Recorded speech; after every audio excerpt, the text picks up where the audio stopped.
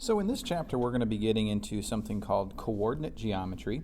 And coordinate geometry is a pretty cool combination of some of the ideas and concepts that we've learned in geometry with the ideas and concepts that you would have learned back in Algebra 1 that dealt with the coordinate plane or the XY plane. And to get us started today, we're going to have to review actually a few concepts that we've learned earlier in this class. So let's jump in and take a look at those. So like I said, we've dealt with a little bit of coordinate geometry actually in previous sections and previous lessons, because we've looked at things like how we can find the distance between 2 points that are on the coordinate plane, how we can find the midpoint between the endpoints of a segment when we have it on the coordinate plane, and how we can use a point's coordinates to find the slope of a line that would contain those points. And so we've done a little bit of this coordinate geometry before, but let's just quickly review some of these ideas. First, if we want to find the distance between 2 points on a coordinate plane, there is a distance formula that is kind of long and complicated, but I'm going to give you a shorter, I think more easier to use version of that distance formula.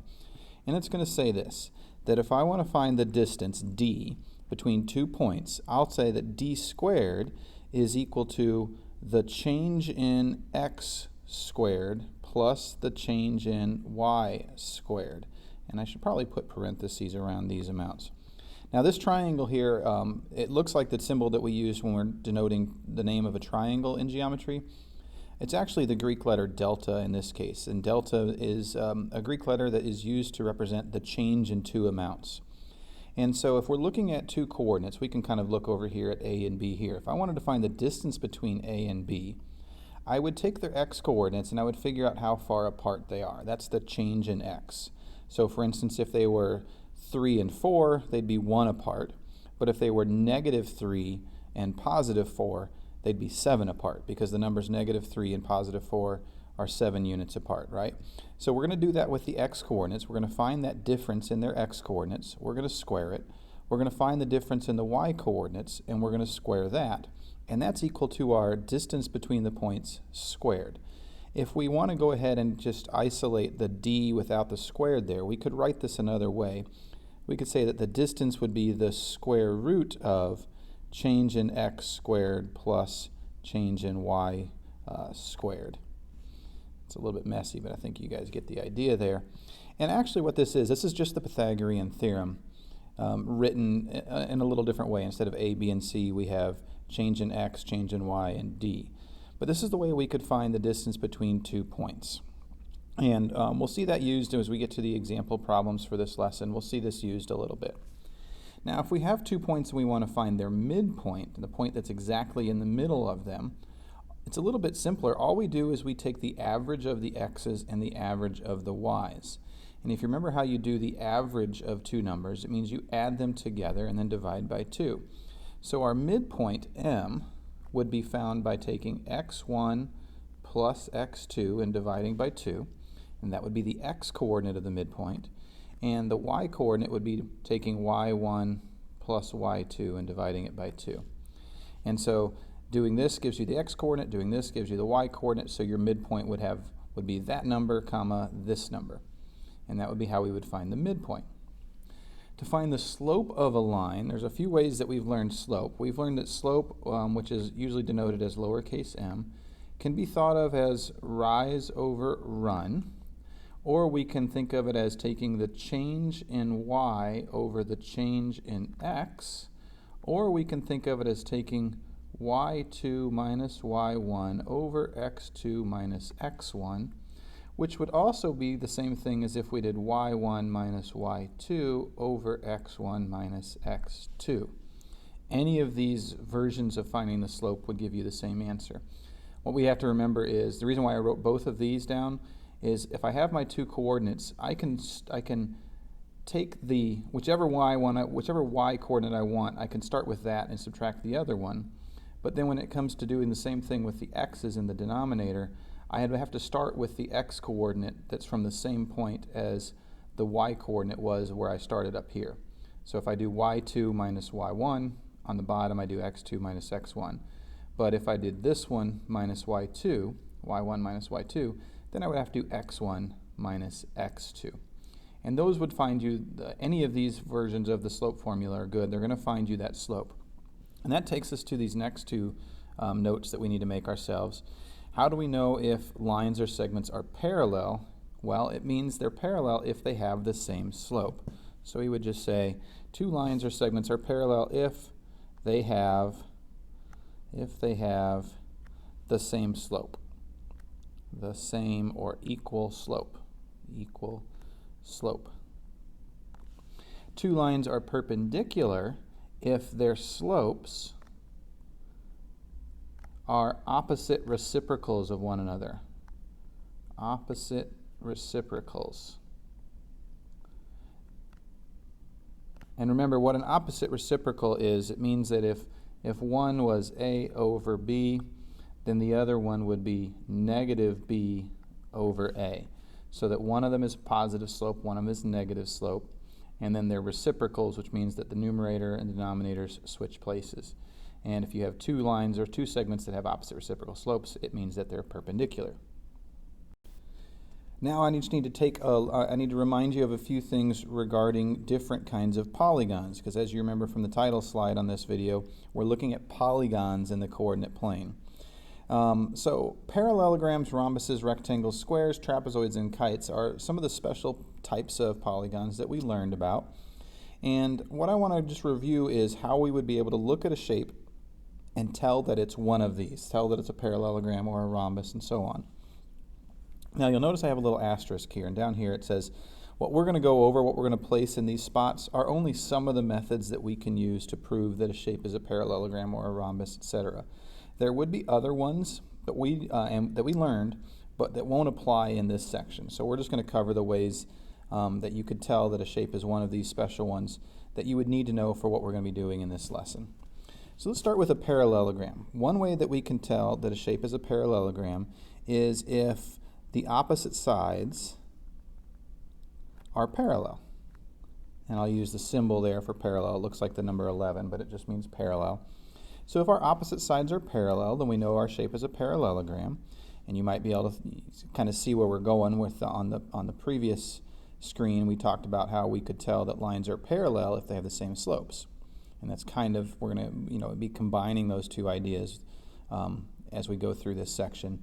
Combining the ideas that, well, if two lines have the same slope, they're parallel. And then if a shape has opposite sides that are parallel, that means it's a parallelogram. We should note here that it's actually both pairs of opposite sides. You might want to kind of add that as a note, that this is saying both pairs of opposite sides have to be parallel. So another way that we can tell a shape is a parallelogram is if the opposite sides are congruent. Opposite sides are congruent. And again, both pairs is important to remember here, that this would be both pairs of opposite sides. If they're both congruent, then that would tell you that we have a parallelogram. And then the third way that we're going to need to remember has to do with the diagonals, and it's if the diagonals bisect each other. If the diagonals bisect each other, and remember, to bisect means to cut into two equal parts, or to go through the midpoint, right? If we go through the midpoint of a segment, we've bisected it. So you might be able to see the connection between what we talked about on the previous screen and what we just went over there. So that would be the three ways that we need to kind of remember about how we can prove that a shape is a parallelogram. Next, let's talk about what would happen if we're looking at a rhombus. Remember, a rhombus is a special type of parallelogram, right? Every rhombus is a parallelogram, but only some parallelograms qualify as a rhombus.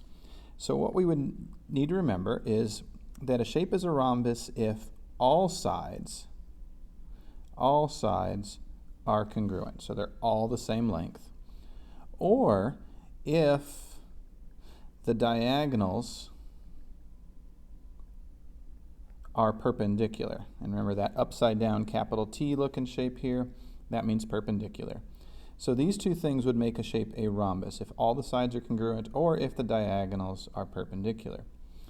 A shape is a rectangle if, I guess I don't have to rewrite the if part there. Let me just get rid of that. I don't need the if part there again. Let me make my eraser bigger. There we go. A shape is a rectangle if all angles are 90 degrees. And remember, perpendicular segments form 90-degree angles. Just keep that in the back of your mind. Another way we could tell a shape is a rectangle is if the diagonals are congruent, or they're the same length. If the diagonals are the same length, you're looking at a rectangle. Now, moving down to square, what we need to know if we're trying to show that something is a square, we would have to be able to say that it is both a rhombus and a rectangle. So a shape is a square if it has a quality of a rhombus, meaning that either all the sides are congruent or the diagonals are perpendicular, and it has a quality of a rectangle, meaning it has all 90-degree angles or diagonals that are congruent. So if you want to say that something is a square, you kind of have to check off one of these boxes and you have to check off one of these boxes, which means there's like 4 different combinations of things that would make something a square. All sides are congruent, all angles are 90, or all sides are congruent, diagonals are congruent, or diagonals are perpendicular and all the angles are 90, or the diagonals are perpendicular and the diagonals are congruent.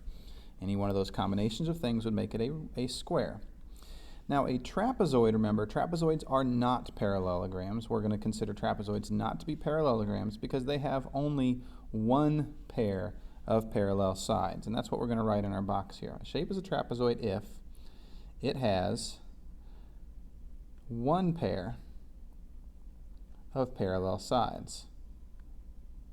Remember that symbol that looks like an 11, that's actually the symbol for parallel, just abbreviating a little bit there. So if we look at the 4 sides of a trapezoid and we find all their slopes, and we find that 2 of the sides have the same slope but then the other 2 don't, then that would tell us that it's a trapezoid. And lastly, we learned a little bit about kites. And kites are unique because they have 2 pairs of congruent sides that are consecutive to each other, in other words, not opposite. So we will say 2 pairs of congruent consecutive sides. And then the other thing that makes a shape a kite is if one diagonal is the perpendicular bisector of the other diagonal. And that would mean that you're looking at something called a kite. So again, there are more methods that we would be able to use to prove that something is a parallelogram or maybe some of these other shapes, but these are the ones that we need to know for this lesson today. And then we're going to be using some of these ideas along with the ideas on the previous screen to kind of investigate shapes that are on the coordinate plane and kind of draw conclusions about those shapes.